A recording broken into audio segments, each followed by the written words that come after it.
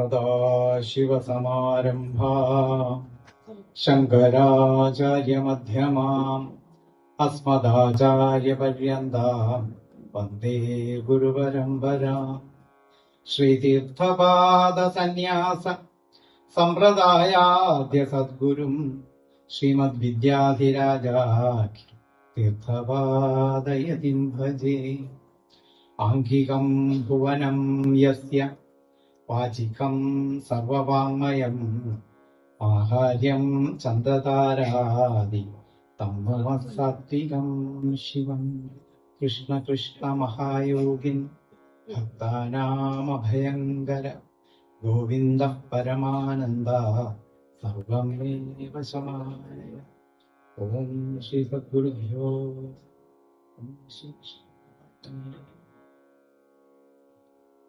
എല്ലാ മഹജ്ജനങ്ങൾക്കും ശതകോടി പ്രണാമം. ഇന്ന് സംപൂജ്യ ബോധാനന്ദ സ്വാമി തിരുവടികളുടെ ജയന്തി മഹോത്സവത്തിന്റെ സമാപനത്തിൽ എത്തി നിൽക്കുകയാണ്. അതൊരു ഭാഗ്യം തന്നെയാണ്. സമാപനത്തിന് ഫുൾസ്റ്റോപ്പിടാൻ സോപാന നൃത്തം. സോപാനം സമീപം എത്തിക്കുന്നതാണ് സമ്യക് ഉപനയ രീതി സോപാനക. പല പ്രാവശ്യം ഇവിടെ പറഞ്ഞിട്ടുള്ളതാണ്. അതുകൊണ്ട് തന്നെ വളരെ ഔചിത്യപൂർവം വൈകിയ സമയം കണക്കിലെടുത്ത് 2 നൃത്തത്തോടുകൂടി സോപാന നൃത്തം ഭഗവത് പാദങ്ങളിൽ സമർപ്പിക്കാം. ഞാൻ രാവിലെ പറഞ്ഞതുപോലെ ജയന്തിയാണത്. മായയെ ജയിച്ച മഹാത്മാക്കളുടെ മഹത്വത്തെ, അതിനെ ഉൾക്കൊള്ളാൻ തയ്യാറായ ജനങ്ങൾ ആഘോഷങ്ങൾ കൊണ്ടാടുന്നതാണ് മഹാത്മാക്കളുടെ ജയന്തി ദിനങ്ങൾ. അതുകൊണ്ട് തന്നെ ഈ ജയന്തി ഒരു ശുഭദിനത്തിന്റെ തുടക്കമാണ്. ഇനിയും കാലങ്ങളോളം ഞങ്ങളൊക്കെ ഇവിടെ നിന്ന് മൺമറഞ്ഞു പോയാലും ഈ ജയന്തി ആഘോഷിച്ചുകൊണ്ടേയിരിക്കും. ഒരു വലിയ സംഭവമായി മാറും. കാരണം ഇവിടെ ആള് വളരെ കുറവാണെന്നാണ് നമ്മളുടെയൊക്കെ ധാരണ. പക്ഷെ നാം കാണുന്ന ആളാണ് കുറവ്. സൂക്ഷ്മ ശരീരികളായി, സൂക്ഷ്മാംശങ്ങളായി ഇങ്ങനെയുള്ള മഹത് മുഹൂർത്തങ്ങളിൽ, ഇങ്ങനെയുള്ള മഹത് തീർത്ഥങ്ങളിൽ വന്നെത്തുന്ന അനവധി ആത്മാക്കളുണ്ട്. നമ്മൾ ശരീരത്തിൽ കഴിയുന്നത് കൊണ്ട്, ശരീരബോധത്തിൽ നിൽക്കുന്നത് കൊണ്ട് നമ്മൾ വ്യാകുല ചിത്തരാണ്. അനവധി വിചാര പടലങ്ങളിൽ പെട്ടുഴലുന്നവരാണ് ജനതതികൾ. ഇപ്പൊ തന്നെ ഇവിടെ ഇരിക്കുമ്പോ നമ്മളെല്ലാം എന്തൊക്കെയോ വ്യാകുലതകളിലാണ്. ഈ പറയുന്നതൊന്നും മുഴുവൻ കേൾക്കാൻ പറ്റുന്നില്ല. ചിന്തകൾ അനവധി കാടും പടലും കയറി പോവുകയാണ്. ഇതൊന്നും ഇല്ലാതാകണമെങ്കിൽ ശരീരമുക്തരാകണം. ശരീരം വിടണം. ശരീരം വിടുമ്പോൾ ഈ ശരീര സംബന്ധിയായിരിക്കുന്ന ഭൗതികമായിരിക്കുന്ന പല സാധനങ്ങളും വിടും. പിന്നെ ഒന്നേ ഉള്ളൂ, മുക്തി. ഭാഗവതത്തിലൊക്കെ ഗോകർണന്റെ കഥ പറയുന്നുണ്ട്. 7 മുളയുള്ള മുട്ടിനകത്ത് കയറിയിരിക്കേണ്ടി വന്നില്ലേ ചത്തു കഴിഞ്ഞപ്പോ. ഭാഗവതം മോക്ഷശാസ്ത്രമാണ്. മരണഭയം മരിക്കുന്നതിന് മുമ്പ് പരീക്ഷത്തിനുണ്ടായി, മരിച്ചതിന് ശേഷം മരണഭയം ദുന്ദുകാരിക്കുണ്ടായി. ഈ രണ്ടും ചേർത്ത മോക്ഷശാസ്ത്രമാണ്. ഇതേപോലെ ശരീരം വിട്ടു കഴിയുമ്പോഴാണ് ഈ ചിന്തനകളും ആഗ്രഹം പലതും പോകും. പിന്നെ ഈ ബോധത്തിന് മുക്തി എവിടെ കിട്ടും? കാരണം ചെയ്തു കൂട്ടിയതൊക്കെ ഈ മുക്തിക്ക് വിഘാതമായവയാണ്. അതിനുവേണ്ടി ഇങ്ങനെയുള്ള പുണ്യസ്ഥലങ്ങൾ തോറും അശരീരികളായി വന്നെത്തും. അവരുടെ സാന്നിധ്യം ഇങ്ങനെയുള്ള സ്ഥലങ്ങളിലുണ്ട്. അതുകൊണ്ട് കാലങ്ങൾ കഴിഞ്ഞാലും ഇത്തരം ജയന്തി മഹോത്സവങ്ങൾ നടന്നുകൊണ്ടിരിക്കും. അത് കാലത്തിന്റെ ആവശ്യമാണ്. ഭക്തി സാത്വ അസ്മിൻ പരമപ്രേമരൂപ സ്വസ്വരൂപാനുസന്ധാനം ഭക്തിരിത്യഭിധീയതി. ആചാര്യസ്വാമികളും നാരദീയ ഭക്തി സൂത്രത്തിൽ മഹാമഹർഷി നാരദൻ പറഞ്ഞിരിക്കുന്നതാണ്. എന്താണ് ഭക്തി? അവനവനോടുള്ള ആത്മപ്രേമമാണ്. നമുക്കുണ്ട് പ്രേമം, നമ്മളോട് തന്നെയാണുള്ളത്. അതിന് സ്വാർത്ഥത എന്ന് പറയും. കാരണം നമ്മൾ അറിഞ്ഞു വെച്ചിരിക്കുന്ന നാം നമ്മിൽ നിന്ന് വ്യത്യസ്തമാണ്. ഈ നാമല്ല, ഈ ശരീരം വഹിക്കുന്ന കുലബോധങ്ങളും അല്ല. അതിന്റെ അപ്പുറത്ത് ഇതിനുള്ളിൽ ആത്മചൈതന്യം, അതാണ് ഞാൻ എന്ന് പറയുന്നത്. ആ അഹംബോധം, അതിനോടുള്ള ആ സ്വന്തം സ്വരൂപത്തോടുള്ള അനുസന്ധാനം, അതാണ് ഭക്തി. ഭക്തി എന്ന് പറയുമ്പോഴൊക്കെ നമുക്ക് തമിഴ്നാട്ടിലേക്കൊക്കെ പോകേണ്ടി വരും. പുനിതവതി കാരക്കലമ്മയാണ്. അമ്മയുടെ ഒരുപാട് കഥകളുണ്ട്. അതിലൊന്ന്, ജനിച്ചതേ പരമഭക്ത, വളർന്ന് 16 വയസ്സായി, വിവാഹപ്രായമെത്തി, യൗവനയുക്തയായി, അതിസുന്ദരി, രൂപലാവണ്യവും യൗവന മികവും തികഞ്ഞു നിൽക്കുന്ന അവസരത്തിൽ ധാരാളം കല്യാണാലോചന വന്നു. കല്യാണം വേണ്ട, കൈലാസം പോയി താനാവണം. 16 വയസ്സുള്ള പെൺകുട്ടി കല്യാണം വേണ്ട, കൈലാസത്തിൽ പോണം. ഇന്നത്തെ കാലമല്ല, നൂറ്റാണ്ടുകൾക്ക് മുമ്പ് കൈലാസം എവിടാണ് എന്താണെന്ന് അറിയില്ല. ഇപ്പൊ കൈമോനെ ഗോപിക്കാന കൈലാസം എവിടാ? ഗൂഗിൾ നോക്ക്, ഗൂഗിൾ ഗുരു പറഞ്ഞു കൊടുക്കും അല്ലേ? പണ്ടിതൊന്നുമില്ല. കൈലാസം ഉണ്ട് എന്നൊരു വിശ്വാസം. എവിടെ പോണോന്നറിയില്ല, എവിടാണെന്നറിയില്ല, ഉണ്ടെന്നറിയാം. കാടോട് കാട്, നാടില്ല. കാടിന്റെ ഉള്ളിൽ എവിടോ ഒരു കണികയായി നാട്. കാടും മേടും മലകളും പർവ്വതങ്ങളും താണ്ടി താണ്ടി എവിടെയോ പോണം. വീട്ടിൽ എന്താണ് ഈ പറയണത്? കൈലാസത്തിൽ പോവേ. ഈ യൗവനം തികഞ്ഞു നിൽക്കുന്ന ഈ പ്രായത്തിങ്കൽ യൗവന സുലഭമായിരിക്കുന്നു നിന്റെ പ്രായം. മാത്രമോ രൂപലാവണ്യമുണ്ട് ഇപ്പത്തെ ഈ കാലത്ത് തന്നെ. കാരണം എല്ലാ അറിവും ഒരു വിരൽത്തുമ്പിൽ നിൽക്കുന്ന ഈ ആധുനിക കാലഘട്ടത്തിൽ തന്നെ സകല അലർട്ടുകൾ ഉണ്ടായിട്ടും നമ്മുടെ പെൺമക്കൾ സുരക്ഷിതരാണോ?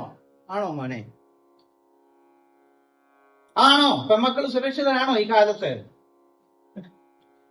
അല്ല അല്ലേ? വീട്ടിൽ നിന്ന് ഇറങ്ങി പോകുന്ന പെൺമക്കള് തിരിച്ചു വരുമോന്ന് ആദ്യം കൊണ്ടാണ് ഇരിക്കുന്നത്. ശരിയല്ലേ അമ്മേ? അപ്പൊ ആ കാലഘട്ടത്തിലോ ഇന്നത്തെക്കാളും ഭേദമായിരുന്നു വന്ന്. അന്ന് രാക്ഷസന്മാരെന്നൊരു കൂട്ടം ഒരു സ്ഥലത്ത് ഒതുങ്ങിയിരിക്കും. അറിയാം ആ ഏരിയയിൽ കൂടെ പോണ്ട. ഇന്ന് അതന്നെ നമ്മുടെ വീട്ടിൽ തന്നെ ഉണ്ട്, വേഷം മാറി. ഇല്ലേ? വിശ്വസിക്കാൻ പറ്റുമോ? സ്വന്തം തന്തയെ വിശ്വസിക്കാൻ പറ്റുമോ?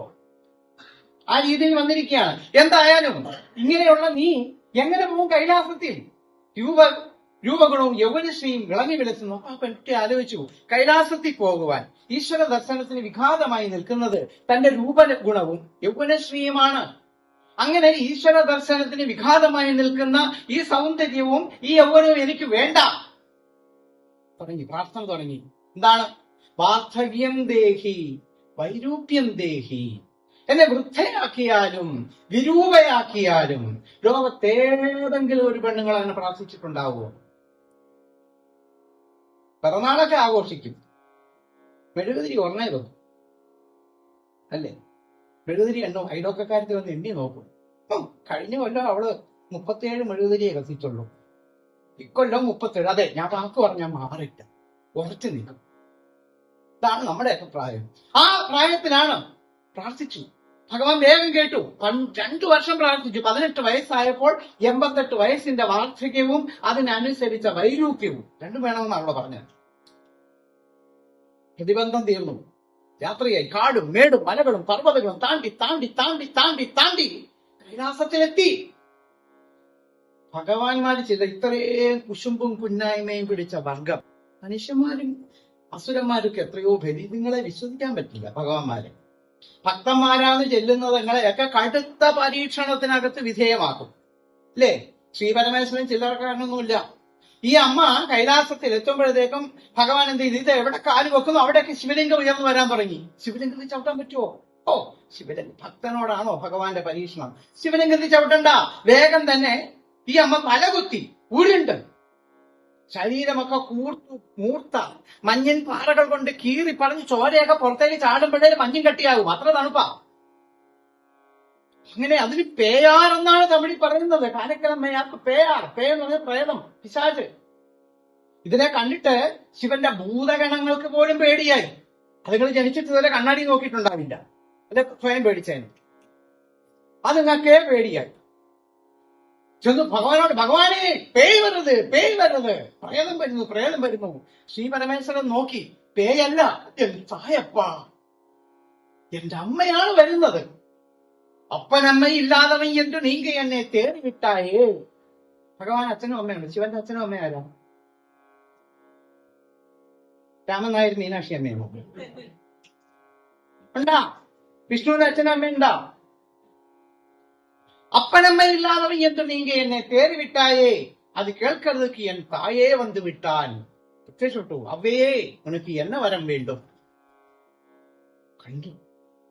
മാംസ ചക്ഷുസുകൾ കൊണ്ട് ഭഗവാനെ കൺമുമ്പിൽ കാണാൻ പറ്റി. ഇതിൽ പരം എന്ത് വയറും വേണം? തന്റെ യൗവനവും സൗന്ദര്യവും കളഞ്ഞെങ്കിൽ എന്താ? ഭഗവാനെ കാണാൻ പറ്റുക എന്ന ആ അസുലഭ സൗഭാഗ്യം കൈവന്ന കാരക്കലമ്മയാർ ഭഗവാനെ നോക്കി.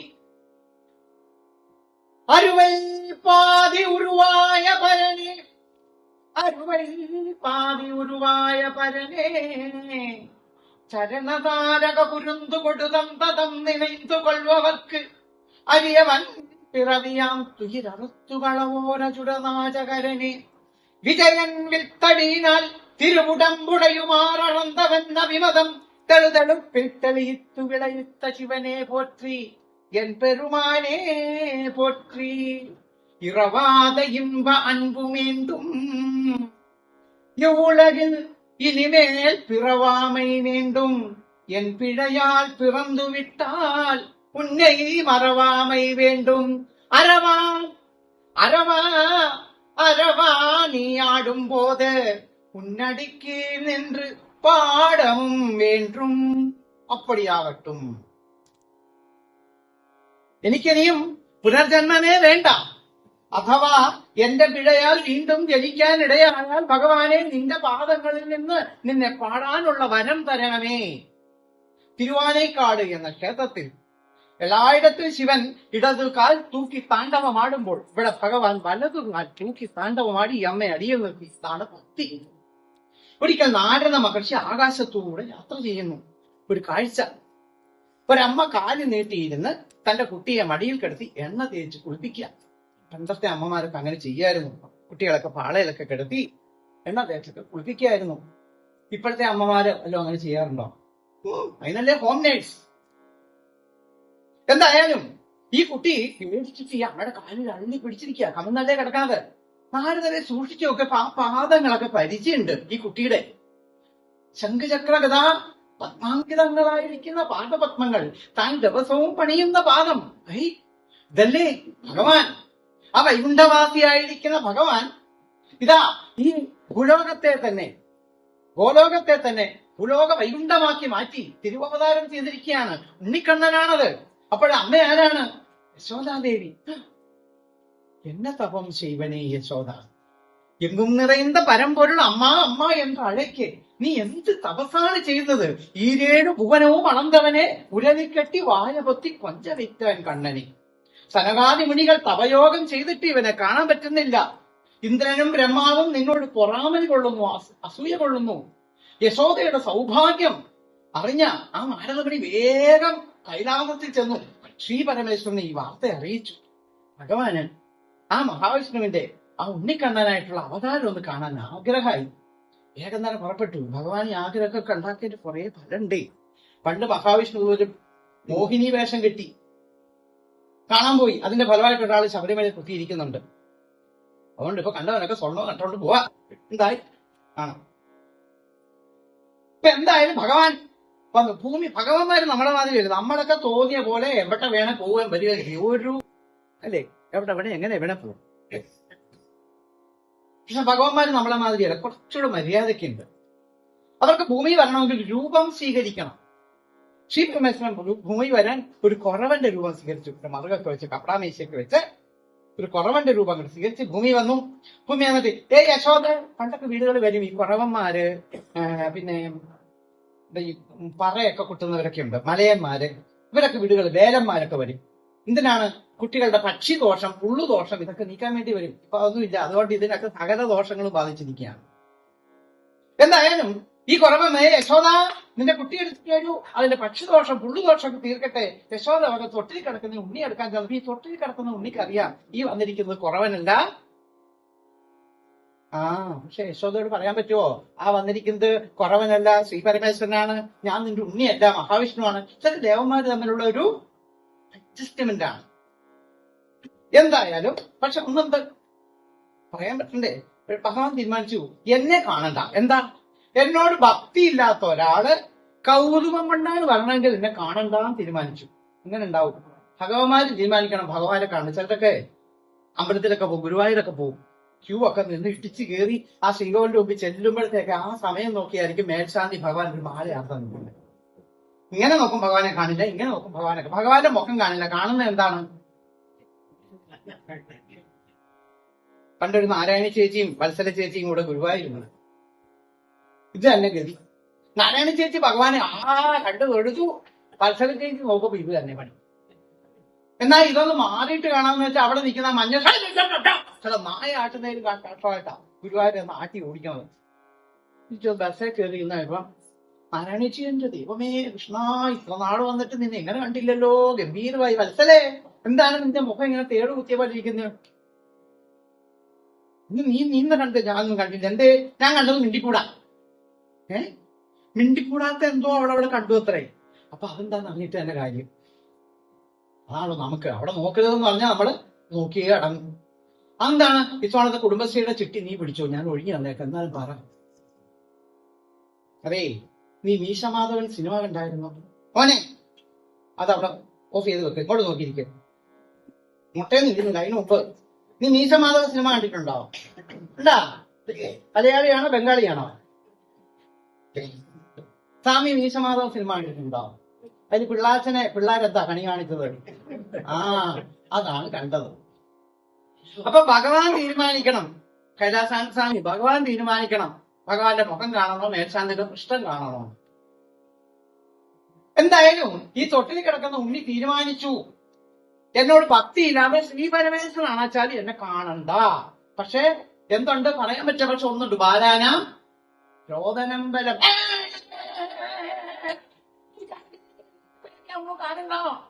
യശോദ കുട്ടി ഇതുവരെ ഇങ്ങനെ നിലവിളിച്ച് കണ്ടിട്ടില്ല. വേഗം വന്ന് എന്റെ കുട്ടിക്ക് നിലക്കാൻ പേടിയാ, ഓടിച്ചോട്ടു. അപ്പൊ ആ അമ്മയ്ക്ക് അറിയോ ഈ വന്നത് സാക്ഷാൽ ശ്രീ പരമേശ്വരനാണെന്ന്? ഇങ്ങനെ എത്രയോ പ്രാവശ്യം ഭഗവാന്മാർ ഓരോരോ വേഷത്തിലൊക്കെ നമ്മുടെ വീട്ടിൽ വന്നിട്ടുണ്ടാവും, നമ്മളൊക്കെ ഓടിച്ചു വിട്ടിട്ടുണ്ടാവും. എന്നിട്ട് യാതൊരു കാശിനും കണ്ണി മാങ്ങയ്ക്ക് കൊള്ളാത്ത ബംഗാളിയൊക്കെ കയറ്റി വെച്ച് ചിപ്സും മിക്സറും ചായയൊക്കെ കൊടുത്ത് അവനുള്ള എല്ലാം തല്ലി പൊടിച്ച് എടുത്തിട്ട് പോവുകയും ചെയ്യും. അതാണ് ഇന്നത് കേരളത്തിലെ ട്രെൻഡ്. എന്തായാലും ഭഗവാൻ ഈ ഉണ്ണിയെ കാണാനാ വന്നുവെച്ചാൽ കണ്ടിട്ടേ പോകുന്നു തീരുമാനിച്ച് പല ഉപായത്തിൽ വന്നു. ഈ ഉണ്ണി സമ്മതിക്കുന്നില്ല. അവസാനം ഭഗവാൻ രാധയുടെ രൂപം സ്വീകരിച്ചു. വൃന്ദാവനത്തിൽ ഒരു വിശ്വാസമുണ്ട്, രാധാദേവിയായി തിരുവവതാരം ചെയ്തത് ശ്രീ പരമേശ്വരനാണ്. അവിടെ ശ്രീ പരമേശ്വര ക്ഷേത്രമുണ്ട്. അവിടെ ഒരു വസന്ത പഞ്ചമിയിലെങ്ങാണ്ടാന്ന് തോന്നുന്നു. അവിടുത്തെ ഗോപികമാരെല്ലാം കൂടെ ഈ ശിവനെ അണിയിച്ചൊരുക്കി രാധയാക്കി വേഷം കെട്ടി എഴുന്നള്ളിച്ചുകൊണ്ട് പോയി വലിയൊരു കാഴ്ച കാണേണ്ടത് തന്നെയാണ്. അവരുടെ വിശ്വാസം, അവർ രാധയെ വിളിക്കൂ, ശ്രീ പരമേശ്വരനാണ് രാധയായി അവതരിച്ചതെന്നാണ്. പക്ഷെ ശ്രീ പരമേശ്വരൻ രാധയുടെ രൂപം സ്വീകരിച്ചപ്പോ തന്നെ ആ രാധയുടെ ഭക്തി അത്രയും അദ്ദേഹത്തിന്റെ ഉള്ളിൽ അങ്ങനെ വന്ന് നിറഞ്ഞു. എപ്പിടിത്താൻ എന്നുള്ളം പുകഴ്ந்து എന്നെ അടിമയ്ക്കൊണ്ടായോ സ്വാമി. മുപ്പുരയില്ലാതെ ഉത്തമനെ ഒന്നിനോട് ഉപമിക്കാൻ പറ്റില്ല, അനുപമൻ ആണ് ഭഗവാൻ.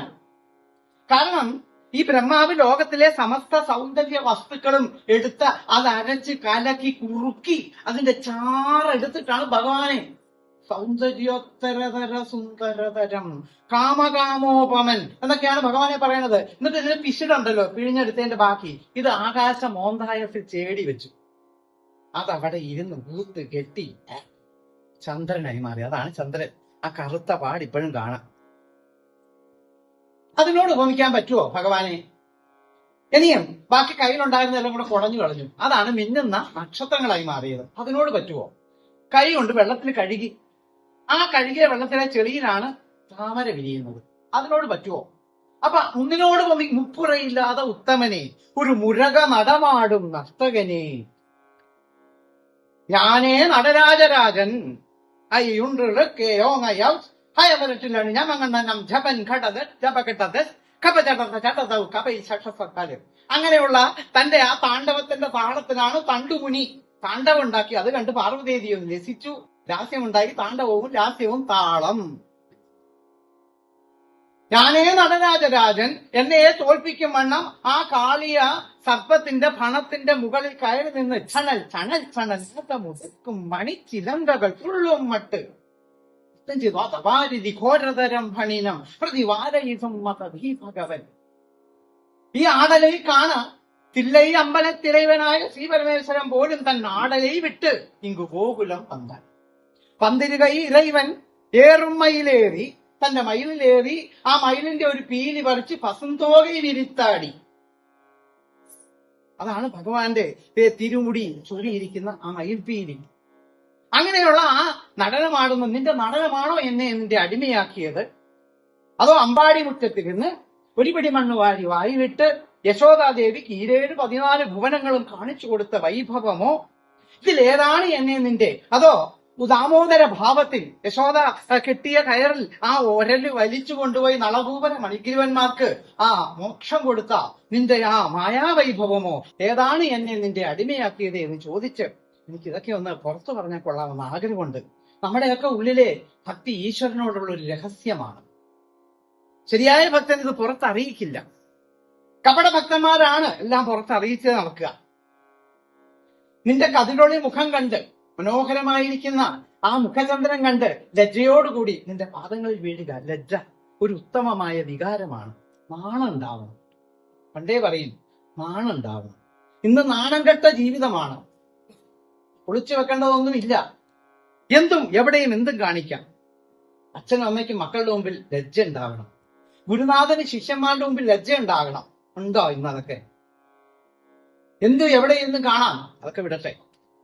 അപ്പൊ അങ്ങനെ ലജ്ജയോടുകൂടി നിന്റെ പാദങ്ങളിൽ വീഴുകയാണ്. മയിലുകൾ പീലി വിരിച്ച് ആ നടനമാടുന്ന ആ അമ്പാടിയിൽ ഓരോ ഭവനങ്ങളിലും ഉറിയിൽ വെച്ചിരിക്കുന്ന ഗോരസം, പാല്, തൈര്, വെണ്ണ, നെയ്യ് ഇതൊക്കെ കവർന്നെടുത്ത് തന്റെ കൂട്ടാളികൾക്കും പക്ഷിമൃഗാദികൾക്കും കൊടുത്ത് ഓടി നടന്ന് വേഗം ആരും അറിയുന്നതിന് യശോദാദേവിയുടെ ചുവട്ടിൽ വന്ന് ഞാനൊന്നും അറിഞ്ഞില്ലേ എന്ന് നിൽക്കുന്ന നിന്റെ ആ കള്ളത്തരം, ഇതിലേതാണ് എന്നെ നിന്റെ അടിമയാക്കിയത് എന്ന് പറഞ്ഞ് ആ ബാലഗോപാലനെ കണ്ട് ആനന്ദിച്ച് ശ്രീ പരമേശ്വരൻ അവിടെ നിൽക്കുന്ന കാഴ്ച നമുക്ക് കാണാം.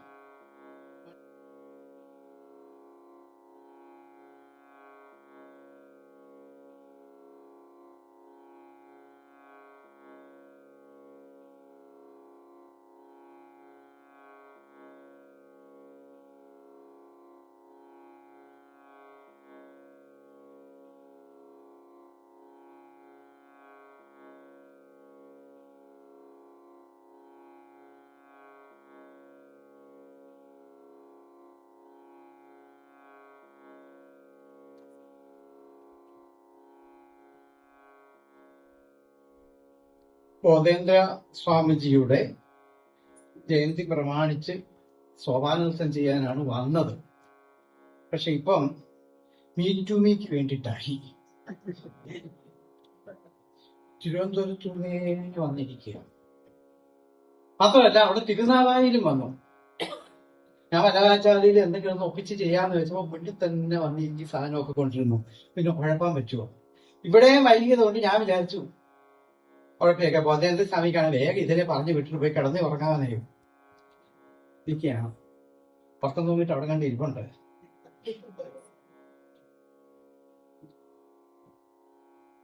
കർണൻ ഏതൊരു ഭാരതീയന്റെയും ഹൃദയ കുടങ്ങളിൽ നൂറ്റാണ്ടുകൾക്ക് മുമ്പ് വ്യാസനെയ്തു തറച്ച ഒരു പൂരമ്പ് ഇന്നും നമ്മുടെ ഹൃദയ തടങ്ങളിൽ ആ ശരം തറച്ച് ചോരമായി വിളിക്കുകയാണ്. കരളിൽ കനിവിന്റെ ഉറവ പൊട്ടാതെ ആർക്കെങ്കിലും കർണനെ ഒന്ന് സ്മരിക്കാനാവുമോ? പറ്റുമോ? കളിക്കാരാ പറ്റില്ല. കാരണം ഭാരതത്തിന്റെ ഹൃദയത്തിൽ അത്രമാത്രം ആഴ്ന്നിറങ്ങിയ കഥാപാത്രമല്ല. കഥാപാത്രം എന്ന് പറയാൻ പറ്റില്ല. നമുക്ക് മുമ്പേ നടന്നുപോയ ചരിത്ര പുരുഷനാണ്. നമ്മുടെ മഹാരഥന്മാരായ ഇതിഹാസകാരന്മാരായ വാൽമീകി മഹർഷിയും വ്യാസമഹാമുനിയും അവരുടെ ജീവിതഗന്ധിയായ ചരിത്രം തന്നെയാണ് ഇതിഹാസ രൂപേണ നമുക്കായി പകർന്നേകിയിരിക്കുന്നത്. അവർ തന്നെ കഥാപാത്രങ്ങളായ തങ്ങളുടെ ജീവിതകാലത്ത് മാംസചക്ഷുസുകൾ കൊണ്ട് കാണുകയും കേൾക്കുകയും അനുഭവിക്കുകയും ചെയ്ത ചരിത്ര വസ്തുതകളാണ് കാവ്യരൂപേണ നൽകിയിരിക്കുന്നത്. അവ വരുംകാല തലമുറയ്ക്ക് പേർത്തും എടുത്ത് ജീവിതത്തിൽ കൈകാര്യം ചെയ്യാനുള്ള വകുപ്പുകളുണ്ട്. ഇന്ന് ഇവിടെ സംസാരിച്ചവരൊക്കെ രാമായണ മഹാഭാരതാദികളെ സ്പർശിക്കാതെ ആർക്കെങ്കിലും കടന്നു പോകാൻ സാധിച്ചിട്ടുണ്ടോ? ഭാരതത്തിന്റെ ചരിത്രമാണത്, നമ്മുടെ ഹൃദയ സ്പന്ദനമാണത്. അതുകൊണ്ട് അതിൽ ഇതിഹയുണ്ട്. പാരമ്പര്യോപദേശം, പാരമ്പര്യം പരനിൽ നിന്നും പരനിലേക്ക് പകർന്നു കൊടുക്കപ്പെടുന്നത്. അതുകൊണ്ട് ഇതിഹയുള്ളതിനാൽ അത് ഇതിഹാസമാണ്. എത്ര കേട്ടാലും എത്ര കണ്ടാലും എത്ര പറഞ്ഞാലും മതിയാവുന്നില്ല. ഒരു സിനിമയാണെങ്കിൽ എത്ര പ്രാവശ്യം ടിവിയിൽ ഒരു സിനിമ 5 മിനിറ്റ് എന്നെ ഒന്നും ശല്യപ്പെടുത്തരുത്, പരസ്യം കണ്ടുപോയിട്ടുമോ 2 പ്രാവശ്യം ആ സിനിമ കാണും. 3ാമത്തെ പ്രാവശ്യം വന്നാലും ഇപ്പൊ എന്താണ് സിനിമയൊക്കെ ഉള്ളതെന്നും അറിയത്തില്ല. നമ്മളൊക്കെ കണ്ട കാലത്ത് ഹരിയും ഒക്കെ ആയിരുന്നു ഉണ്ടായിരുന്നത്. മാലിനി നദി, ശകുന്തളയൊക്കെയാണ്. ഇപ്പൊ എന്താ മോളെ സിനിമ? ഇപ്പൊ ട്രെൻഡ് സിനിമ ഏതാ മോളെ? കായംകുളം കൊച്ചുണ്ണിയാണോ? അതൊക്കെ കഴിഞ്ഞല്ലേ. പുതിയ സിനിമ എന്താ ഉള്ളത്? ഒരേ എണ്ണോളം ഓർക്കുന്നില്ല അവള്. എന്തായാലും എത്ര പ്രാവശ്യം കാണും? ടി വി മാറി ഓഫ് ചെയ്തിട്ട് അടുത്ത് പിടിക്കില്ലേ? ശരിയല്ലേ? പക്ഷെ മഹാഭാരതവും രാമായണവും എത്ര കേട്ടാൽ എത്ര നമുക്ക് മതിയാവുന്നുണ്ടോ?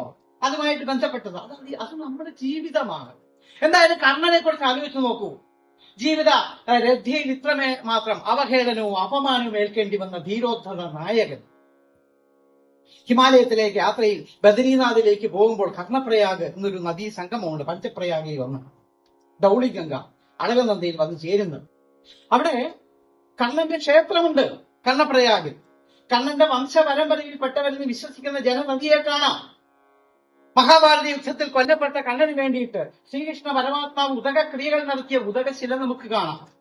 അതുകൊണ്ട് തന്നെ കർണൻ കഥാപാത്രമല്ല, നമുക്ക് മുമ്പേ നടന്നുപോയ മഹാരഥനാണ്. പക്ഷെ അദ്ദേഹത്തിന്റെ ജീവിതം എടുത്തു നോക്കുമ്പോൾ ഇത്രമാത്രം ആ സ്വയംകൃതമല്ലാത്ത അനർത്ഥങ്ങളുടെ പേരിൽ അവഹേളനവും അപമാനവും ഏൽക്കേണ്ടി വന്ന എന്താണ് അതിന് കാരണം? ദുർവാസാവിലേക്ക് എത്താം. ദുർവാസനകളെ ദൂരീകരിക്കുന്നവൻ, ദുഷിച്ച വസനം പോലെ, മുഷിഞ്ഞ വസ്ത്രം പോലെ ഈ ജീവിതം എപ്പോ വേണേല് വലിച്ചെറിയാൻ തയ്യാറായി നടക്കുന്നു. ഊണ് കഴിഞ്ഞ് എച്ചിലല വലിച്ചെറിയുന്ന രാഘവത്തോടെ ശരീരം വലിച്ചെറിയാനുള്ള ഉപായമാണ് ഭാരതം ലോകത്തിന് നൽകിയിട്ടുള്ളത്. അതുകൊണ്ടാണ് ഭാസിൽ രതി ചെയ്യുന്നത്. ആത്മപ്രകാശത്തിൽ ശോഭിക്കുന്ന രാജ്യമായി നമ്മുടെ ഭാരതം മാറിയത്. അപ്പൊ ദുർവാസാവ് മുനി നിയതിയുടെ നിയോഗത്താൽ നിയുക്തനായി തന്നെ നിക്ഷിപ്തമായിരിക്കുന്ന കർത്തവ്യങ്ങളാണ് ചെയ്തിട്ടുള്ളത്. ശഠകോപമുനി എന്ന് പറയുമെങ്കിലും അദ്ദേഹത്തിന്റെ കോപം ധാർമ്മിക രോഷമാണ്, വ്യക്തിപരമായില്ല. അദ്ദേഹത്തിന്റെ കോപഫലവും ശാപഫലവും ലോകത്തിന്റെ നന്മയ്ക്കായി പിന്നീട് ഭവിച്ചിട്ടുണ്ട്. അതുകൊണ്ട് തന്നെ അദ്ദേഹം തന്നെ ശുശ്രൂഷിച്ച് സന്തോഷിപ്പിച്ചു എന്ന കാരണത്താൽ കേവലം 12 വയസ്സ് പോലും തികയാത്ത കുന്തിക്ക് 5 ദിവ്യവരങ്ങൾ നൽകി ദേവന്മാരിൽ നിന്ന് ഗർഭം ധരിക്കുക, ഗർഭാധാനം. പക്ഷെ ആ പെൺകുട്ടി തനിക്ക് ലഭിച്ച ദിവ്യവരങ്ങളുടെ മഹിമ ഉൾക്കൊള്ളാനുള്ള പക്വത പ്രാപിച്ചിരുന്നില്ല. അവൾ തന്റെ ഗുരുവിനെ സംശയിച്ചു. അതിലൊരു മന്ത്രം അവൾ എടുത്ത് ദുരുപയോഗപ്പെടുത്തി. ദുരുപയോഗം എന്നൊക്കെ പറഞ്ഞാൽ അറിയോ മോളെ? മൊബൈലുകാരൻ പോയി ഞാൻ ചോദ്യം ചോദിച്ചിട്ട് മിസ്യൂസ്ഡ് അതറിയത്തില്ലേ? മിസ്യൂസ് ചെയ്തെന്ന് അറിയില്ലേ? മിസ് കോള് കേട്ടെന്നും അറിയില്ലേ? മിസ് കോളും മിസ്യൂസും അതൊക്കെ അറിയത്തുള്ളൂ. മിസ്സാണോ മിസ്സിസ് ആണോ? പല മിസ്സിസിനും കോള് വന്ന അപകടങ്ങൾ കാണുന്നുണ്ട് നമ്മൾ എന്തായാലും. പിന്നെയാണോ മിസ്സുമാരുടെ കാര്യം? അതൊക്കെ അവിടെ മിസ് ചെയ്യട്ടെ. എന്തായാലും കുന്തി തനിക്ക് ലഭിച്ച ദിവ്യവരങ്ങളിൽ ഒന്നെടുത്ത് ദുരുപയോഗപ്പെടുത്തി. ആകാശവീതിയിൽ ഉല്ലസിക്കുന്ന ആദിത്യ ബിംബത്തെ കുന്തിഭോജാത്മജയായ ആ കുഞ്ഞ് ഒരു മന്ത്രത്താൽ മാമ്പഴം എന്ന പോലെ തന്റെ മുമ്പിൽ വരുത്തി. മന്ത്രബദ്ധനായി തിരുമുമ്പിലെത്തിയ ആ ദേവന് തന്റെ കർത്തവ്യമായ ഗർഭാധാനം നൽകാതെ തിരിച്ചു പോകാൻ നിവൃത്തിയില്ല. ചപല വികാരങ്ങളുടെ ഈറൻ കാറ്റിൽപ്പെട്ട് ഒരു നിമിഷം പതറിപ്പോയ ആ പെൺകുട്ടി ചെയ്തുപോയ അനർത്ഥത്തിന്റെ ഫലം തന്റെ ഉദരത്തിൽ വളർന്നു വരുന്നത് അറിഞ്ഞു. ഇനി ഇതിൽ നമുക്ക് പിൻവാങ്ങാൻ അവൾക്ക് നിവൃത്തിയില്ല. കാലം ഇന്നത്തെ അല്ല. നൊന്ത് പ്രസവിച്ചു. പെറ്റോര് മാത്രയിൽ പേടിച്ചും നാണിച്ചും കച്ചക്കിടാവിനെ കന്യകയാൾ പിന്നാണ് ഓർത്തത് ആ ഒരു നിമിഷത്തെ ചാബല്യത്താൽ ചെയ്തു പോയ പ്രവൃത്തിയുടെ അനന്തരഫലം. ചെയ്യണ്ടായിരുന്നു എന്ന് വിചാരിച്ചിട്ട് കാര്യമില്ല. നമ്മുടെ ജീവിതത്തിലൊക്കെ അതിനെ മറച്ചു വെക്കുവാൻ പിന്നീട് എത്രയോ എത്രയോ എത്രയോ തെറ്റുകളുടെ സമാഹാരമാണ് നമ്മുടെ നിത്യജീവിതം. എത്രയോ നുണകൾ, എത്രയോ ചപലതകൾ വീണ്ടും വീണ്ടും വന്നു ചേരുന്നു. തന്റെ കുലത്തിന്റെ മാനം അപ്പോഴാണ് ചിന്തിച്ചത്. കൊടുത്ത കുലത്തിന്റെയും എടുത്ത കുലത്തിന്റെയും മാനം കാൽക്കണം. തന്റെ കാനീന സന്തതിയുടെ ആ ഉള്ളിലെ പിടച്ചിൽ അവളുടെ മാതൃത്വത്തിന് ഏൽക്കുവാനുള്ള പക്വതയുണ്ടായില്ല. അതിനെയും കടത്തിവെട്ടി. അവളുടെ കുലബോധം, അഭിമാനബോധം മുൻപെറ്റ കുഞ്ഞിനെ കയ്യിൽ തന്നു. സൂര്യന്റെ അനുഗ്രഹത്താൽ അവൾ വീണ്ടും കന്യകയായതുകൊണ്ട് ഒരു പാല് കുടിക്കാൻ കൊടുക്കാൻ പോലും സാധിച്ചില്ല. പൊങ്ങുതടി കൊണ്ട് തീർത്തതായുള്ള ഒരു പെട്ടകം തന്നിൽ അടച്ചു കൂട്ടി കിടക്കുന്ന കൈകളോടെ എടുത്തു. ആ പെണ്ണെടുത്തിട്ടുണ്ട്. പിഞ്ചളം പൈതന്റെ കുറുകുറുപ്പ് കേൾക്കുന്നുണ്ട്. എന്ത് ചെയ്യും? കണ്ണുനീരാറ്റി ഒഴുക്കിനവൾ ആദ്യമായി. കണ്ണുനദിയിലോ പിന്നെയല്ലോ ചമ്മൺ നദിയും യമുനയും ഗംഗയും ചമ്പാപുരിവര മാറി മാറി വെൺപുര വൈതക്കൽ കാപ്പണിഞ്ഞിടുന്ന തന്റെ അലക്കൈകളാൽ താങ്ങി താങ്ങിക്കൊണ്ടുചെന്നപ്പുറം പാതയിൽ ചേർപ്പത് കണ്ടു നിൽക്കേണ്ടി വന്നു. അന്ന് തുടങ്ങിയതാണ് കുന്തിയുടെ പ്രസവ വേദന, പ്രസവാനന്തരമുള്ള പ്രസവ വേദന. മഹാഭാരത യുദ്ധം വിജയശ്രീലാളിതമായി പൂർത്തിയാക്കിയതിനു ശേഷം പാണ്ഡവന്മാർ സമന്തപഞ്ചക തീർത്ഥക്കരയിൽ ഒത്തുകൂടിയിരിക്കുകയാണ്. പ്രിയപ്പെട്ട പിതൃജനങ്ങൾക്ക് പിണ്ടോദകം അർപ്പിക്കുവാൻ ധർമ്മപുത്രർ എള്ളും പൂവും ചന്ദനവും കുട്ടിക്കൊഴിച്ച് ആദിത്യരുടെ കയ്യിലെടുത്ത് ആരെയാണ് ആദ്യമായി ആവാഹിക്കേണ്ടത് എന്ന് ആശങ്കപ്പെട്ട് നിൽക്കവേ വിറയാർന്ന കൈകളോട് കുന്തി കടന്നു ധർമ്മജ ഞെട്ടിത്തെറിച്ചുപോയി. ആരുടെ ശബ്ദം ഇത്? അത്ഭുതപ്പെട്ടുപോയി. കുന്തിദേവി, തങ്ങളുടെ അമ്പയായ കുന്തിദേവി, ഈ സ്ത്രീയുടെ കണ്ഠനാളത്തിൽ ഇത്രയും വലിയ ശബ്ദം ഒളിച്ചിരുന്നോ?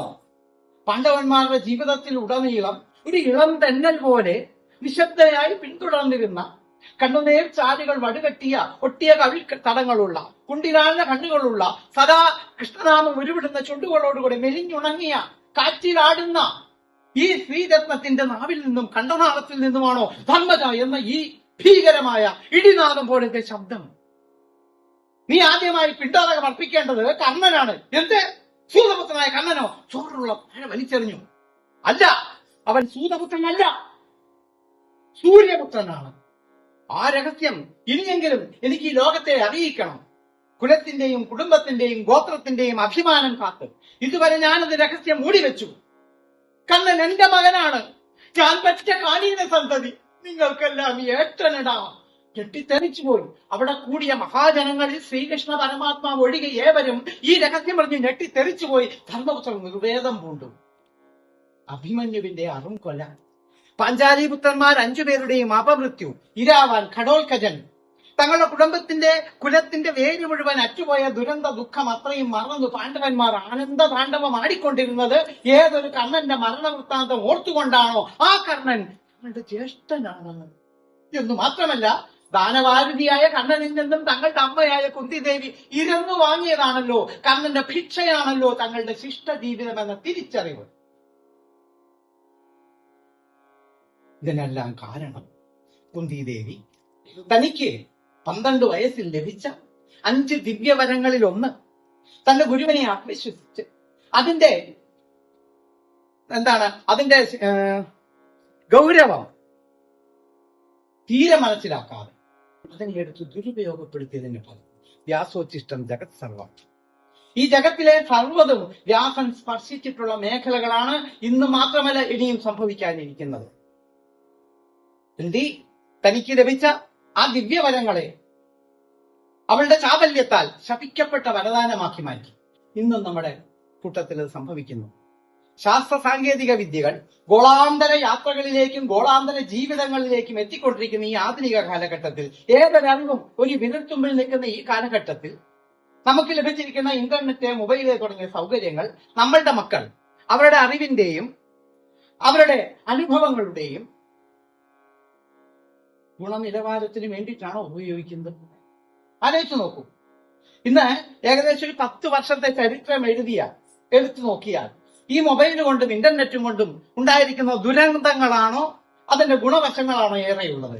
ഏതറിവും നമുക്കതിലൂടെ സമാഹരിക്കാൻ പറ്റും. അങ്ങനെയാണോ പക്വതയില്ലാത്ത പ്രായത്തിൽ നമ്മുടെ മക്കൾക്ക്, എന്തിനധികം വീട്ടമ്മമാർക്ക് ഇത് ലഭിക്കുന്നത് കൊണ്ടുണ്ടാകുന്ന അപകടങ്ങൾ എത്രയാണ്? എന്റെ ശരീരം, എന്റെ സ്വാതന്ത്ര്യം എന്ന് ആഘോഷിച്ചുകൊണ്ട് നടക്കുന്നവർ ഇതാണോ അറിയേണ്ടത്? വ്യാസൻ പറഞ്ഞു വെച്ചിരിക്കുന്നത് ഇത്തരം ശപിക്കപ്പെട്ട വരദാനങ്ങൾ നമ്മുടെ സമൂഹത്തിൽ നടമാടിക്കൊണ്ടിരിക്കുകയാണ്. ദൈവഭയമില്ലാത്ത ഒരു സമൂഹം വളർന്നു വരികയാണ്. മൂത്തവരെ ബഹുമാനിക്കാൻ അറിയുന്നില്ല, ആദരിക്കാൻ അറിയുന്നില്ല, ഗുരുക്കന്മാർ എന്താണെന്ന് തിരിച്ചറിയുന്നില്ല, ഉത്തമനായ ഗുരുക്കന്മാരില്ല. പണ്ടങ്ങനായിരുന്നില്ല. നീ അവിടെ ഇരിക്കരുത്, നീ അത് പറയരുത്, നീ അത് ചെയ്യരുത് എന്ന് പറഞ്ഞിരുന്ന രക്ഷകർത്താന്മാർ നീ എവിടെ ഇരിക്കണം, നീ എന്ത് ചെയ്യണം, നീ എന്ത് പറയണം എന്ന് കാണിച്ചു കൊടുത്തിരുന്നു. ഇന്ന് ഇരിക്കേണ്ടത് ഇരിക്കാൻ അറിയാത്ത, പറയേണ്ടത് പറയാൻ അറിയാത്ത, ചെയ്യേണ്ടത് ചെയ്യാൻ അറിയാത്ത രക്ഷകർത്താക്കൾക്ക് മക്കളെ തിരുത്താൻ അവകാശമുണ്ടോ? ആവുന്നു. ഇന്ന് സംഭവിക്കുകയാണ്. ഒരു ദിവസം കണ്ണൻ ഗംഗാനദിയിൽ കുളിക്കുവാനെത്തി. തന്റെ ആഭരണങ്ങളും ആയുധങ്ങളും തേരാളിയെ ഏൽപ്പിച്ച് നദിയിൽ ഇറങ്ങാൻ തുനിയവേ നദീജലത്തിൽ തന്റെ രൂപം പ്രതിബിംബിച്ച് കണ്ടു. എല്ലാ ദിവസവും കാണുന്നതാണ്. പക്ഷെ എന്തെന്നറിയില്ല, അദ്ദേഹത്തിന്റെ മനസ്സ് അങ്ങ് ചിന്താവ്യാകുലമായി. വേർതിരിച്ചറിയാനാകാത്ത ഒരു വ്യാകുലത. ഒരു വ്യാമൂഢത അദ്ദേഹത്തെ ഗ്രസിച്ചു. നമുക്ക് സംഭവിക്കാറുണ്ട് ചില ദിവസങ്ങളിലൊക്കെ എന്താണെന്ന് പറഞ്ഞറിയിക്കാനാകാത്ത ഒരു വ്യാകുലത, ഒരു വൈമുഖ്യം. അങ്ങനെയൊന്നും പറഞ്ഞാൽ നമുക്ക് മനസ്സിലാവില്ല. രാവിലെ ഒന്നിനും ഒരു എന്തിനെന്ന് പറയും, ഒരു മൂടില്ല. ഉന്മേഷം എന്നൊക്കെ പല പെണ്ണുമ്പിള്ളക്ക് മനസ്സിലാവോ? മൂടില്ല എന്ന് പറ. അപ്പൊ അടിയാ വാ നമുക്ക് പോയി ക്യൂ നിൽക്കാം. അതാണ് എല്ലാ മൂടിനും പരിഹാരം, അല്ലേ? കണ്ണന്റെ മൂടോഫ് ഈ ക്യൂ നിൽക്ക് തീരില്ല. ഞാൻ ആര്? തന്റെ അസ്തിത്വം. എന്നെ നിങ്ങൾ അംഗരാജാവായി അറിയുന്നുണ്ട്. ഞാൻ എങ്ങനെ അംഗരാജാവായി? ആ അരങ്ങേറ്റ വേളയിൽ കൃപാചാര്യർ എന്റെ കുലവും ഗോത്രവും ചോദിച്ച് എന്നെ ആക്ഷേപിച്ചപ്പോൾ, പുറത്താക്കാൻ നോക്കിയപ്പോൾ വാടിയ ചെന്താമര തണ്ടുപോലെ ഞാൻ തലകുനിച്ച് നിന്ന വേളയിൽ അവിടെ എത്തിയ സുയോധനൻ കൃപരെ ശാസിച്ചു. ഇതെന്തൊരു വാക്കോതി ദേശികൻ, ഇത്രമേൽ ഏറാമോ ജാത്യന്മാദം, സൂതജനാകട്ടെ സൂരജനാകട്ടെ ഞാൻ തരഭേദം കാണുന്നില്ല എന്ന് പറഞ്ഞുകൊണ്ട് അനുചരന്മാരെ കൊണ്ട് ആ അഭിഷേക വേദിയിൽ സിംഹാസനം വരുത്തി കർണനെ പിടിച്ചതിൽ ഇരുത്തി അഭിഷേക ജലം തലയിൽ വീഴിച്ചു. സ്വന്തം തലയിലിരുന്ന രക്തകിരീടം കണ്ണന്റെ തലയിൽ അണിയിച്ച് തനിക്ക് അവകാശപ്പെട്ട യൗവരാജ്യത്തിന്റെ അംഗരാജ്യത്തിന്റെ രാജാവായി വാഴിച്ചു. കുലപരമ്പരയാ രാജാവായവനല്ല ഞാൻ. ആ ജന്മ സൗഹൃദത്തിന്റെ പേരിൽ മതിയിൽ ഒഴുകി വന്ന ഒരു പെട്ടി ധൃതരാഷ്ട്രങ്ങളുടെ തേരാളിയായ അതിരഥൻ നീന്തി ചെന്നെടുത്ത് തുറന്നു നോക്കി. ഭയന്നുപോയി. കാജകുണ്ടലധാരിയായ ഒരു ശിശു ചുറ്റും നോക്കി. അതിന്റെ ഉടയക്കാരാരുമില്ല. കൂപ്പി വിളിച്ചു, കൈവിട്ടി വിളിച്ചു നോക്കി. ആരും വരുന്നില്ല. ഇട്ടിട്ട് പോകാൻ മനസ്സും വന്നില്ല. വീട്ടിൽ വളർത്താൻ മക്കളില്ലാഞ്ഞല്ല. കഥാപ്രസംഗക്കാരൊക്കെ അങ്ങനെ പറഞ്ഞുണ്ടാക്കും. മുഖ്യമന്ത്രിയുടെ കഥാപ്രസംഗക്കാരൻ മക്കളില്ലാഞ്ഞിട്ടൊന്നുമല്ല. മഹാഭാരതം വായിച്ചു നോക്കണം. 3 മക്കളുണ്ടായിരുന്നു അതിരഥന്. 4ാമത്തെ മകനായി ഗണിച്ച് ഇതിനെ എടുത്ത് വീട്ടിൽ കൊണ്ട് ചെല്ലുമ്പോൾ അതിരഥന്റെ ഭാര്യ രാധ ഇളയ കുട്ടിക്ക് മുല കൊടുത്തുകൊണ്ടിരിക്കുക. നമ്മുടെയൊക്കെ വീട്ടിലാണെങ്കിലും കളിക്കാരാ ബോധേന്ദ്ര ജയന്തി കഴിഞ്ഞ് വീട്ടിൽ ചെല്ലുമ്പോൾ ഒരു കൈക്കുഞ്ഞിനെ കൊണ്ടെത്തുന്ന എന്തായിരിക്കും പെണ്ണുപിള്ളയുടെ സ്ഥിതി? മുമ്പേ താളമേളം നടന്നേ പട്ടന്നൂർ ശങ്കരൻകുട്ടിയും 2 മക്കളും കൂടെ നടത്തുന്ന തായമ്പയുണ്ട്, ട്രിപ്പിൾ തായമ്പ. കല്യാണം കഴിഞ്ഞു വന്നിട്ട് 4ാം ദിവസം നിങ്ങൾ അറിയാം നിങ്ങളെ പഴയ പെട്ടിയൊക്കെ അങ്ങനെ നോക്കണ്ട. ഇവിടെ നിങ്ങളുടെ കാര്യം ഇത് തന്നെ. കല്യാണം കഴിഞ്ഞു വന്നിട്ട് 4ാം ദിവസം നിങ്ങൾ അറിയാം നിങ്ങളുടെ പഴയ പെട്ടിയൊക്കെ പലരും നോക്കി. കല്യാണം കഴിഞ്ഞാണോ? 10ാം ക്ലാസ്സിൽ ഓട്ടോഗ്രാഫ് കിട്ടി. അതിൽ എഴുതിയിരിക്കുന്നു, ഇരുമയ്യാണെന്നാലും നമ്മളൊറ്റ കരളല്ലേ, നീ എന്റെ ജീവനല്ലേ. സ്വന്തം പൂന്ന് തന്നെയായിരുന്നു പേര്, പുഷ്പ. പക്ഷെ നമ്മുടെ രാധ അതിനൊന്നും നിന്നില്ല. അവൾ മുല കൊടുത്തുകൊണ്ടെന്ന് കുഞ്ഞിനെ മാറ്റിക്കിടത്തി. അതുപോലുമില്ലാത്ത ആ കുഞ്ഞിനെ കയ്യിൽ വാങ്ങി. അതേ ദിവസം പ്രസവിച്ച് വീണ കുഞ്ഞ ഒരിറ്റു പാല് വീണിട്ടില്ല. പണ്ടൊക്കെ ആണെങ്കിൽ എന്തോ ഒരു സാധനം ഉണ്ടായിരുന്നു, പനിനീരിന്റെ ഒരു സാധനം പിള്ളേർക്കൊക്കെ വായി വിരിച്ചു കൊടുക്കത്തില്ലായിരുന്നോ? എന്താ ഉണ്ടായിരുന്നു? റോസ് വാട്ടർ പോലും കൊടുത്തിട്ടില്ല. എന്നാലും സിനിമാ ഷീല പറയുന്നുണ്ട്, എനിക്ക് ആദ്യമായിട്ട് പൈസ കിട്ടിയപ്പോൾ റോസ് വാട്ടർ മേടിച്ചു കുടിച്ചത്. പിള്ളേർക്കൊക്കെ ഞാനും കണ്ടിട്ടുണ്ട്, വീട്ടിലൊക്കെ കൊടുക്കുന്നത്. നമുക്കും തന്നിട്ടില്ല. എന്തായാലും ആ റോസ് വാട്ടർ പോലും കൊടുത്തിട്ടില്ല. ചുണ്ടെല്ലാം വലിഞ്ഞുറങ്ങിയിരിക്കുന്നു. പാല് കുടിക്കാൻ പോലും ഉള്ള ആരോഗ്യമില്ല. ചുരത്തിയ പോലെ അതിന്റെ വായിൽ വെച്ചു കൊടുത്തു, തലയിൽ വിൽക്കിയപ്പോ തട്ടിക്കൊടുത്തു. മറ്റു മക്കളോടൊപ്പം ഭാര്യ കൊടുത്ത് വിളമ്പി കൊടുത്ത് വളർത്തി വലുതാക്കി. ആ രാധ എന്റെ അമ്മയല്ല, എനിക്കിത് നന്നായി അറിയാം. വൃദ്ധനായി തേരാളി അതിരഥൻ എന്റെ അച്ഛനുമല്ല, എനിക്കെന്നല്ല, നിങ്ങൾ ഓരോരുത്തർക്കും അതറിയാം. എങ്കിലൊന്ന് പറഞ്ഞു തരില്ലേ? ഞാൻ നാളെ മഹാഭാരത യുദ്ധത്തിൽ പങ്കെടുക്കുകയാണ്. 11ാം ദിവസം. 10 ദിവസം മാറി നിന്നു. 11ാം ദിവസം യുദ്ധത്തിൽ പ്രവേശിക്കുകയാണ്. ശ്രീകൃഷ്ണ പരമാത്മാവ് സഹായമായുള്ള പാണ്ഡവന്മാരാൽ ഒരുപക്ഷെ ഞാൻ കൊല്ലപ്പെട്ടേക്കാം. എനിക്ക് ലഭിച്ചിരിക്കുന്ന ശാപങ്ങൾ അതിന് ഉപോത്ബലകമാണ്. ആ യുദ്ധഭൂമിയിൽ ഞാൻ വീഴും മുമ്പ് എന്റെ മാതാപിതാക്കൾ ആരായിരിക്കും? എന്റെ അസ്തിത്വം എന്താണ്? നമ്മൾ ഓരോരുത്തരും അഭിമാനിക്കുന്നത് നമ്മുടെ കുലത്തിന്റെ പേരിലാണ്, നമ്മൾ ജനിച്ച ഗോത്രത്തിന്റെ പേരിലാണ്, നമ്മുടെ മാതാപിതാക്കളുടെയും കുടുംബ മഹിമയുടെയും പേരിലാണ്. ഇന്നടത്തെ ഇന്ന ആളുടെ മകൻ അല്ലേ? ആ വിലാസത്തിന്റെ പേരിലല്ലേ നാം ഊറ്റം കൊള്ളുന്നത്? എല്ലാം പഠിച്ച സന്യാസിമാർ പോലും ഇന്ന ഗുരുവിന്റെ ഇന്ന പരമ്പര അതിലല്ലേ ഊറ്റം കൊള്ളുന്നത്? അപ്പൊ അതില്ലാത്ത ഒരുവന് തന്റെ അസ്തിത്വം എന്താണ്? ഈ ഭൂമിയിലേക്ക് ഞാൻ വന്നാൽ കാരണമാരാണ്, ആരാണെന്ന് എനിക്ക് അറിയാൻ സാധിക്കില്ലേ? അവനെ ഒരു നോക്ക് കാണാൻ എനിക്ക് സാധിക്കില്ലേ? ആരോട് ചോദിക്കും? ആരുപോലും ഇല്ലാത്തവന് ആരെയുള്ളൂ തുണ? ആരുപോലും ഇല്ലാത്തവർക്ക് ആരാണ് തുണ? പിണറായി വിജയനാണ്. അങ്ങനെ ആരോ പറയുന്നു കേട്ടോ, ഉള്ളിയാണ് ദൈവം എന്നൊക്കെ. ആ ദൈവമേ ഉള്ളൂ തുണ. നമുക്കൊന്നും ദൈവം തുണയില്ല. എന്താ, നമ്മൾ ആരുപോലും ഇല്ലാത്തവരല്ല, നമുക്ക് മറ്റു പലരും ഉണ്ട്. ഇതിന്റെയൊക്കെ കൂട്ടത്തിലൊന്നാ ദൈവം. വീട് വെച്ച് കോണിച്ചോട്ടി ചെരുപ്പ് വെക്കാമെന്നാ വിചാരിച്ചത്. കുറച്ച് സ്ഥലമുണ്ട്, നമുക്ക് ചെരുപ്പ് വെക്കാമെന്ന് തല ഇടിക്കും, എന്നാൽ അത് പൂജാമുറി ആയിക്കോട്ടെ. ഇതാണ് നമ്മുടെയൊക്കെ ഭക്തി. എന്തായാലും കണ്ണൻ ആരും തന്റെ കോപവും താപവും സകലവും ദൈവമേ ദൈവമേ ദൈവമേ ദൈവത്തെ വിളിക്കുക. ആ വിളി ദൈവം കേൾക്കും. കാരണം ഇത് കർണശപഥം എന്ന കഥകളിയിലെ ഒരു ഭാഗമാണ് ചെയ്യുന്നത്. മഹാഭാരതത്തിൽ കർണൻ അറിയാം ഈ സന്ദർഭത്തിലൊക്കെ താൻ കുന്തിപുത്രനാണെന്നും സൂര്യപുത്രനാണെന്നും. കാരണം മഹാഭാരതത്തിൽ ഭഗവത് ദൂത് കഴിയുമ്പോൾ ഭഗവാൻ കർണനെ ദൂത് കഴിഞ്ഞ് പോകുമ്പോൾ തന്റെ തേരിലേറ്റി ഹസ്തിനപുരത്തിന്റെ അതിർത്തി കഴിയുമ്പോൾ ആ രാജ്യത്ത് വെച്ച് രാജ്യത്തിനെതിരെ ഉപജാപം നടത്താൻ പാടില്ല. ഹസ്തിനപുരത്തിന്റെ അതിർത്തി കഴിഞ്ഞ് അവിടെ വെച്ച് കർണനോട് സത്യം പറയുന്നുണ്ട്. അതുകൊണ്ട് നീ പാണ്ഡവപക്ഷത്തേക്ക് വന്നാൽ നീ വിചാരിച്ചാൽ ഈ യുദ്ധം നിനക്ക് ഒഴിവായി കിട്ടും. കർണൻ പറഞ്ഞില്ല, ആ ജന്മ സൗഹൃദമാണ് ഞാൻ ദാനം ചെയ്തത്, ദാനം ചെയ്ത് ഞാൻ തിരിച്ചു വാങ്ങില്ല. ഭഗവാനെ, ഒരപേക്ഷയുണ്ട്, ഇത് അങ്ങ് യാതൊരു കാരണവശാലും എന്റെ സഹോദരന്മാരോട് പറയാൻ പാടില്ല എന്നുള്ളതാണ്. ഭീഷ്മർ പറഞ്ഞും കർണൻ അറിയുന്നുണ്ട്. എന്നാൽ കർണശപഥം കഥകളിയില് ഈ രോദനത്തിന് ശേഷം കുന്തിദേവി വന്ന് പറയുമ്പോഴാണ് കർണൻ ഈ വൃത്താന്തം പറയുന്നത്. അപ്പൊ ദൈവമേ എന്ന് വിളിക്കുന്നതിന്റെ ഫലം അടുത്ത നിമിഷം അമ്മ തന്നെ വന്ന് നീ എന്റെ മകനാണ്, സൂര്യനാണ് നിന്റെ പിതാവ് എന്ന് അറിയിക്കുന്നതാണ്. എന്താ, ദൈവമേ എന്ന് ഹൃദയം പൊട്ടി വിളിക്കുകയാണ്.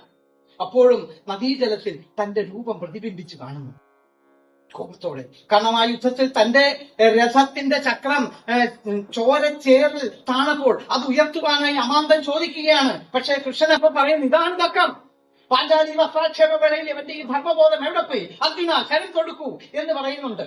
അതൊക്കെ കണ്ണൻ മുൻകൂട്ടി കാണുന്നു തന്റെ മരണമൊക്കെ. അങ്ങനെ തന്റെ ആ രൂപം നദിയിൽ അപ്പോഴും പ്രതിബിംബിച്ച് കാണുമ്പോൾ കോപത്തോടെ തന്റെ നദിയിലെ രൂപത്തെ പ്രതിബിംബത്തെ തല്ലി തകർക്കുകയാണ്.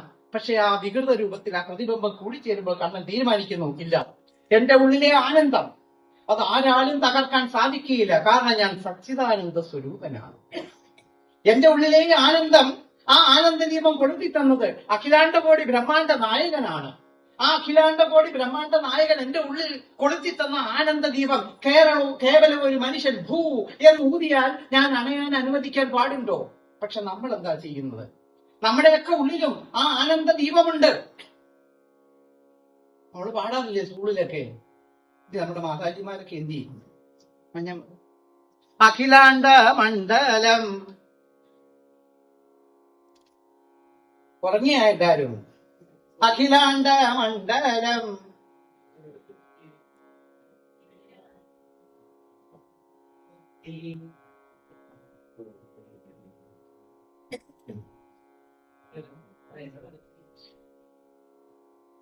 Very very poor. പരമാണു പൊരുളിലും സ്ഫുരണമായി മിന്നും പരമപ്രകാശമേ, അതെ, അണോരണീയാൻ മഹിതോ മഹീയാനായി സകലത്തിലും ആ ആനന്ദ ദീപമാണ് കൊടുക്കുന്നത്. പക്ഷെ നമ്മളൊക്കെയോ കേവലം ഒരുത്തൻ വന്ന് നിന്നാൽ പോയി KSF ചിട്ടി പിടിക്കണം. നല്ലൊരു ചേച്ചി ഇങ്ങ് വന്ന ചേച്ചി പിടിക്കാൻ പോയി ഒന്ന് ചുറ്റി. പോയായിരുന്നാ?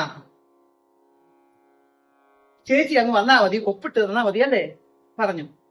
ചേച്ചി റെഡിയായി. ചേട്ടൻ ഓട്ടോറിക്ഷ പിടിക്കാൻ പോയി. ഓട്ടോറിക്ഷ ഗേറ്റ് വന്ന് ഓണടിക്കുമ്പോൾ ചേച്ചി ഇറങ്ങാൻ നിൽക്കുമ്പോഴാണ് അടുത്ത വീട്ടിലെ മാധവി ഇന്നേനെയും പോയിട്ടൊരു കാര്യവുമില്ല, തീർന്നു. സകല ശുഭാപ്തി വിശ്വാസവും അയലോക്കാരുടെ കാണിച്ചു. ശരിയല്ലേ? നമ്മുടെയൊക്കെ സകല ആനന്ദവും കെടുത്തുവാൻ ഒരാള് വിചാരിച്ചാൽ മതി. അപ്പൊ ഇങ്ങനെ കണ്ണൻ തീരുമാനിക്കുന്നത്, എന്റെ ഉള്ളിലെ ആനന്ദ ദീപം അത് അണയാതെ ജ്വലിക്കുന്ന ഈ ആനന്ദ ജ്യോതി കേവലം ഒരുവൻ വിചാരിച്ചാൽ അണയുവാൻ ഞാൻ അനുവദിക്കുകയില്ല എന്ന് പ്രത്യയസ്ഥൈര്യം വീണ്ടെടുത്ത് പ്രത്യയസ്ഥൈര്യത്തോടുകൂടി ആയുധപാണിയായി യുദ്ധസന്നദ്ധനായി നിൽക്കുന്ന കണ്ണനെ നമുക്ക് കാണാം. ഇവിടെ കണ്ണൻ തന്റെ ജീവിതത്തിന്റെ വലിയ വേളയിലും തന്റെ മാതാപിതാക്കളെ അന്വേഷിക്കുകയാണ്. നമ്മൾ എത്ര പേര് നമ്മുടെ കൂടെ തന്നെയുള്ള മാതാപിതാക്കളെ അന്വേഷിക്കുന്നുണ്ട്?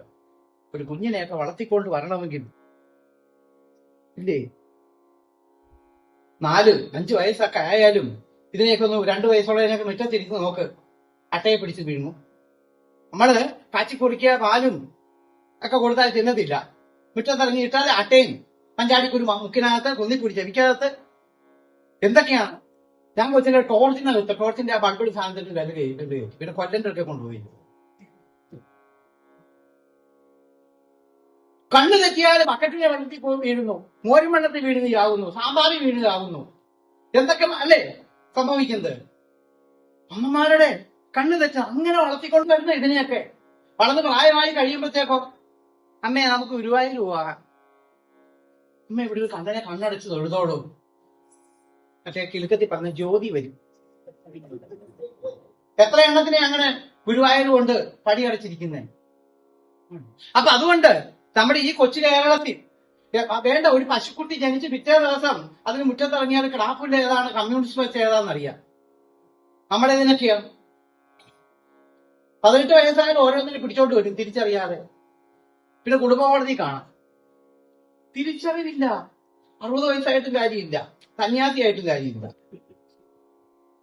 എപ്പോഴാ വീഴുന്നതെന്ന് പറയാൻ പറ്റത്തില്ല. ഇപ്പൊ കണ്ണൻ തന്റെ മാതാപിതാക്കൾ നമ്മൾ എത്ര പേരുണ്ട്. അതുകൊണ്ടാണ് നമ്മുടെ ഈ കൊച്ചു കേരളത്തിൽ യൂറോപ്യൻ കൺട്രികളെക്കാൾ ഇത്രമാത്രം ഹോം നേഴ്സിംഗ് സ്ഥാപനങ്ങൾ ഉണ്ടാകുന്നത്. എന്തായാലും കുറെ ആശ്രമങ്ങളുണ്ട്. ഇങ്ങനെയുള്ളതിനൊക്കെ വന്നുകൂടാത്ത ആനന്ദധാമം. 2 ആനന്ദക്കുട്ടന്മാരാ ഞാൻ രാവിലെ പറഞ്ഞ പോലെ. അവിടെ ശ്രീകോവിലിനകത്ത് ഒരു ആനന്ദക്കുട്ടനുണ്ട്, ഇവിടെ പുറത്തൊക്കെ ചുറ്റിക്കറങ്ങി നടക്കുന്ന ഒരു ആനന്ദക്കുട്ടനുണ്ട്. അപ്പൊ അങ്ങനെ വേണേ ഇവിടെ വന്നോ എന്ത് വേണേ കിട്ടി. അത് എടുക്കുന്നത് ഉണ്ടാവില്ല, തമിഴ്നാട്ടിലേക്ക് പോകും. നിങ്ങളുടെ എന്നെ സത്യം പിടിച്ചിട്ടാണ് തോന്നുന്നു പോകുന്നത്. എന്നാലും 2 അമ്മമാരുണ്ടാവും ഇവിടെ. 2 നേരം ഇതിന് സാപ്പാട് കിട്ടും. അപ്പൊ ഇങ്ങനെയുള്ള ആശ്രമങ്ങളൊക്കെ നല്ല കാര്യമാണ്. അങ്ങനെയുള്ള ആശ്രമം ഉണ്ടാവട്ടെ. ഇങ്ങനെയുള്ള ജയന്തികളും നമുക്ക് കൂടിച്ചേരുവാനുള്ള അവസരങ്ങളായി മാറട്ടെ. നമുക്ക് മാത്രമല്ല, ഞാൻ ഈ പറഞ്ഞ പോലെ അശരീരികളായിരിക്കുന്ന ആ ആത്മാക്കൾക്ക് ചൈതന്യം ലഭിക്കാനും ഇങ്ങനെയുള്ള മുഹൂർത്തങ്ങൾ ഈശ്വരൻ തന്നെ അണിയിച്ചൊരുക്കുകയാണ്, കരുണയോട് അണിയിച്ചൊരുക്കുകയാണ്. അതുകൊണ്ട് ഇവിടെ എല്ലാ മംഗളങ്ങളും നമുക്ക് ഉണ്ടാവട്ടെ. നമുക്ക് കണ്ണനെ കണ്ടുകൊണ്ട് നമുക്ക് പിരിയാം.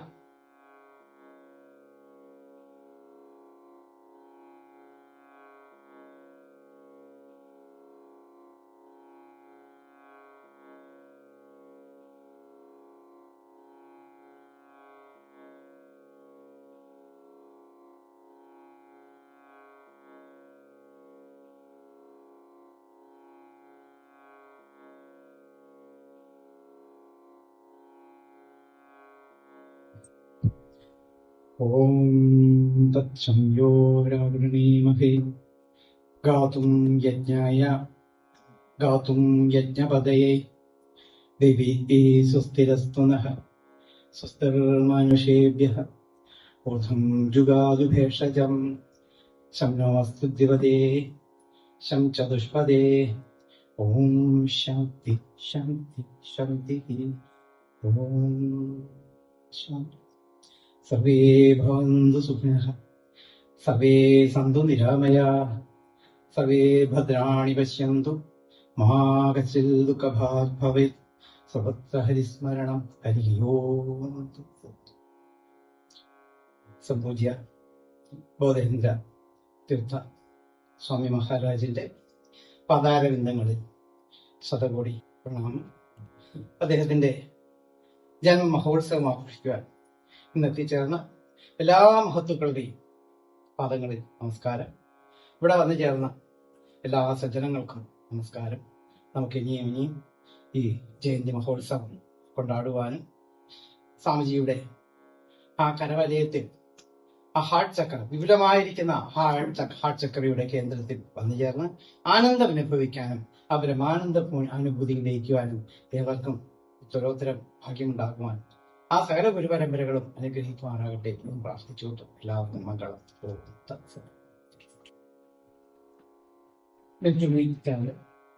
ഗുരുപ്രസാദ് സ്വാമി തിരുവടികൾ അദ്ദേഹവും അദ്ദേഹത്തിന്റെ ശിഷ്യനും ഇന്ന് മുഴുവനും ഇത് ഒപ്പിയെടുക്കുകയുണ്ടായി.